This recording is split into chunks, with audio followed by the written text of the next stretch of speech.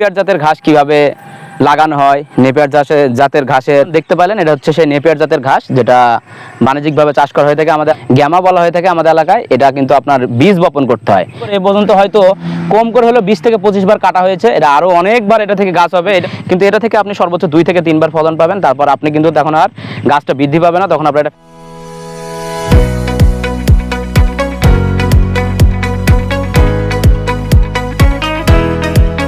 সকলকে জানাই চাষি তথ্য পেজ থেকে স্বাগতম। আমি আপনাদের আজকে নেপিয়ার জাতের ঘাস, মানে যেটা হচ্ছে গরুর খাবার জন্য যে ঘাসটা আমাদের এলাকায় মানে বাণিজ্যিকভাবে চাষ করা হয়, সেই সম্বন্ধে আমি আপনাদের জানাবো।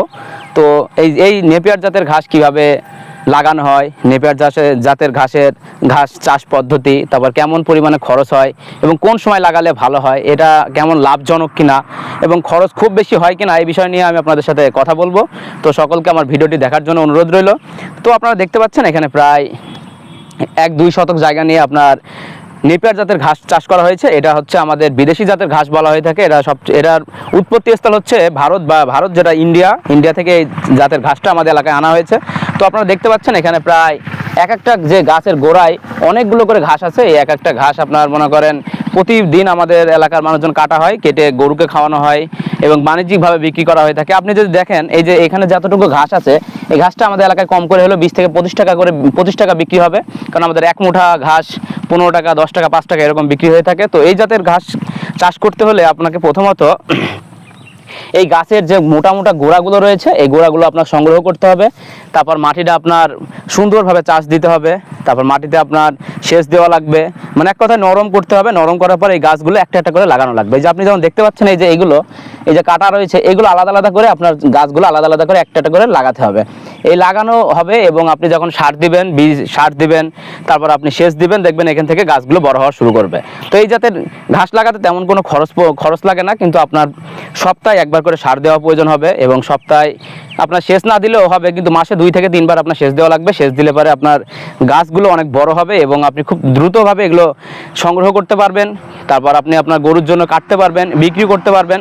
আপনি যদি এটা বাণিজ্যিকভাবে চাষ করেন, আমি মনে করবো অনেক লাভবান হবেন, কারণ এটা আপনার অনেকবার এখান থেকে আপনার ফলন পাবেন। আপনি দেখতে পাচ্ছেন এটা মনে করেন এই যে নিচ থেকে শুরু করে এ পর্যন্ত হয়তো কম করে হলো 20 থেকে 25 বার কাটা হয়েছে। এটা আরও অনেকবার এটা থেকে গাছ হবে। এটা মনে করেন আজকেই কাটা হয়েছে। এখান থেকে যে সর্বোচ্চ গেলে 2 দিন পর এখান থেকে আবার ঘাস বৃদ্ধি পাবে।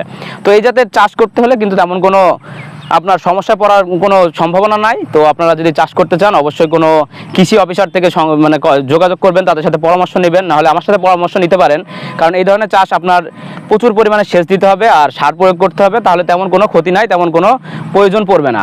তো এই জাতের ঘাসগুলো আপনার প্রথম অর্থায় সংগ্রহ করতে হবে। নিচের যে গোড়াগুলো রয়েছে, এই গোড়াগুলো একটু বেশি করে সংগ্রহ করে আপনি লাগাতে পারবেন। আর একবার লাগালে আর সার প্রয়োগ করলে আপনি এটা নিশ্চিন্তে 2 থেকে 3 বছর আপনি এই জাতের ঘাস পেয়ে যাবেন। আর এটা যদি সবসময় ভালো হয়, আপনার গরমকালে যেটা সময় বর্ষা হয়, বর্ষাকালে যদি এই ধরনের চাষটা করেন আপনার অনেক ভালো হবে। কিন্তু শীতকালে এই চাষটা করবেন না, কারণ শীতকালে এই ঘাস খুব একটা বৃদ্ধি পায় না। শীতকালে আপনার পানির ব্যবস্থা খুব কম থাকে, এই জন্য শীতকালে এই গাছটা তেমন কোনো লাভজনক থাকে না। তো আপনারা যদি কখনো এই ধরনের চাষ করতে চান, অবশ্যই গরমকাল বা গ্রীষ্মকালে চাষ করার চিন্তা করবেন, কারণ এই সময় বৃষ্টি পাওয়া যায় এবং রোদ থাকলেও গাছ অনেক বৃদ্ধি পায়। তো সকলকে আরেকটা যে চাষ রয়েছে পাশে, ওটা হচ্ছে গ্যামা। আমি ওই বিষয়টা আপনাদের সাথে শেয়ার করব। তো আপনারা প্রথম থেকে আমার সাথে থাকবেন। তো আমরা এতক্ষণ দেখতে পেলেন, এটা হচ্ছে সেই নেপিয়ার জাতের ঘাস যেটা বাণিজ্যিকভাবে চাষ করা হয়ে থাকে আমাদের এলাকায়। এটা হচ্ছে আপনার ইন্ডিয়া থেকে এটার বংশোদ্ভূত বা উৎপত্তি স্থল। তো আমি আপনাদের এখন একটা চাষ দেখাচ্ছি, এটাও আপনার গরুর জন্য করা হয়ে থাকে। এটা হচ্ছে আপনার গ্যামা বলা হয়ে থাকে আমাদের এলাকায়। এটা কিন্তু আপনার বীজ বপন করতে হয়।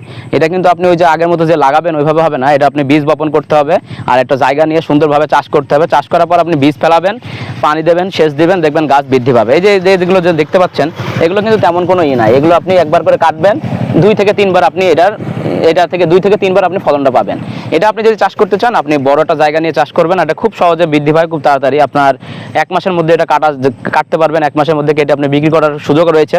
তো আপনারা যদি কখনো চাষ করতে চান, আপনারা যে কোনো একটা চাষ করতে পারেন, কিন্তু আমি মনে করবো যদি বিদেশি যে জাতের ঘাসটা রয়েছে, আপনি যদি এটা চাষ করেন, এটা আপনি অনেক লাভজনক হবেন, কারণ এটা আপনি একবার লাগালে অনেকবার আপনি ফলন পাবেন। কিন্তু এটা থেকে আপনি সর্বোচ্চ 2 2 থেকে 3 বার ফলন পাবেন। তারপর আপনি কিন্তু তখন আর গাছটা বৃদ্ধি পাবে না, তখন আপনার এটা ফেলাই দেওয়া লাগবে, তখন এখানে অন্য কোনো চাষ করতে হবে। তো আমি আপনাদের উদ্দেশ্যে বলতে চাচ্ছি, যদি কখনো ঘাস লাগানোর চিন্তা থাকে তাহলে অবশ্যই আপনি নেপিয়ার জাতের ঘাসটা লাগাবেন, কারণ এই জাতের ঘাস থেকে প্রচুর পরিমাণে লাভজনক ঘাস, আর এটা অনেক বছর ফলন পাওয়া যায়। আর এটা তেমন কোনো একটা সুযোগ সুবিধা নাই, কিন্তু এটা আপনার খরচ কম, কারণ এটা বীজ ফেলাইতে হয়, আপনার গাছ লাগানোর প্রয়োজন পড়ে না। তো সকলকে আমি ধন্যবাদ জানাই আমার ভিডিওটি দেখার জন্য। আর যারা আমার ভিডিওটি দেখবেন, আপনাদের উদ্দেশ্যে বলছি, যদি আপনাদের সম্ভব হয়, যদি ভিডিও দেখে ভালো লাগে, আপনি লাইক, কমেন্ট, শেয়ার এবং সাবস্ক্রাইব করার চিন্তা ধারণা করবেন। আর আপনারা সাবস্ক্রাইব করলে আমার ভালো লাগবে এবং ভিডিও করতে ইচ্ছে থাকবে। তো সকলকে জানাই ধন্যবাদ।